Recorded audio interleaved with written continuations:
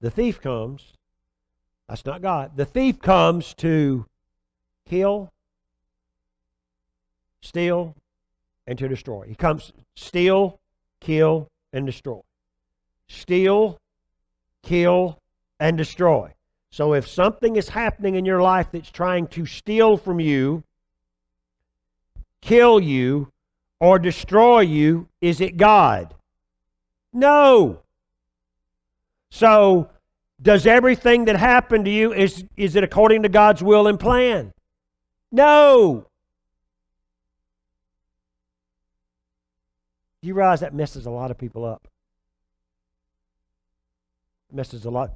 And the danger of believing that way is this, is the devil will be trying to beat your brains out and you'll think it's God trying to teach you something.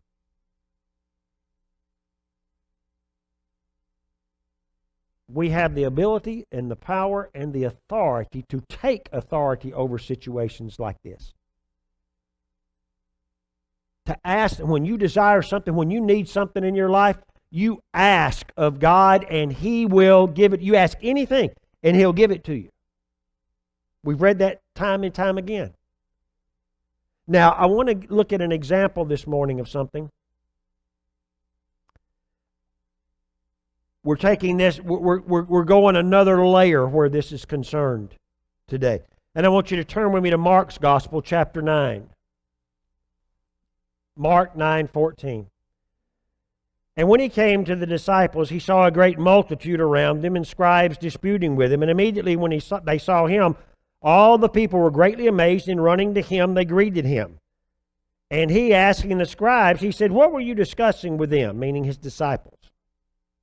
Then one of the crowd, another answered, said, "Teacher, I brought you my son, who has a mute spirit, and wherever it seizes him, it throws him down, and he foams at the mouth and gnashes his teeth, and he becomes rigid. So I spoke to your disciples that they should cast it out, but they could not."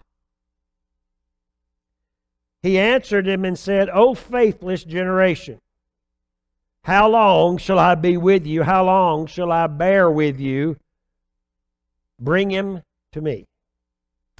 Then they brought him, and when he saw him, immediately the spirit convulsed him, and he fell on the ground and wallowed and foamed at the mouth. Now, you know, that wasn't a real smart play on the demon's part. You know, this would have been really good time for them all to have talked to one another and said, "Hey, this is Jesus. Everybody stay shut. Keep your mouth shut." That especially goes for you, Ed. Shh, keep your mouth shut. You remember what happened to our brethren that got sent into the pigs? So, shh, everybody be quiet. Shh, shh. This is Jesus. This is not one of his disciples. Shh, no talking. Well, Ed couldn't help himself. So he threw him to the ground, he wallowed, he foamed at the mouth. So he asked his father. Now I want you to notice what this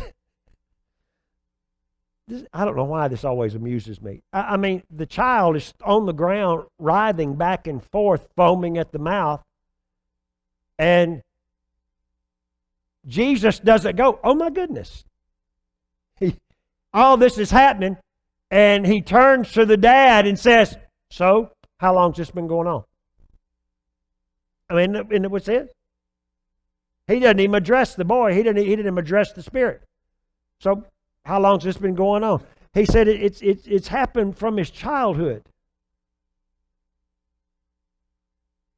And as often as he throws him both in the fire and in the water to destroy him. But if you can do anything, have compassion on us. I like one translation here in verse 23. Jesus said, "If I can do anything." In other words, the question isn't, can I do something? The question is, can you believe?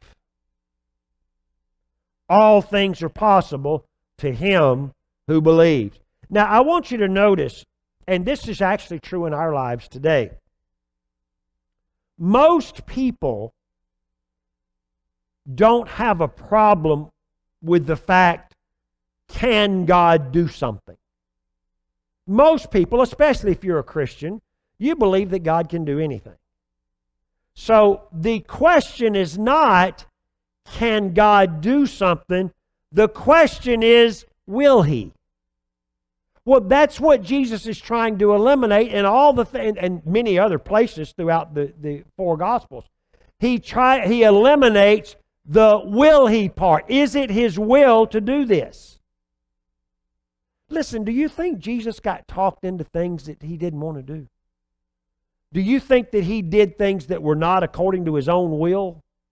No. So the issue with a man is, if you can do something, if it's your will to do something, if somehow we could do something here to where you can fix this.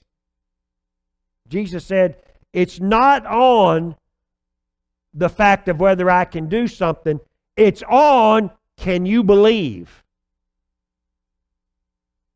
The issue is not, can I do something? The issue is, can you believe? Because if you can believe, all things are possible to you. You know that's true today. You know that's true with us. All things are possible to him who believes.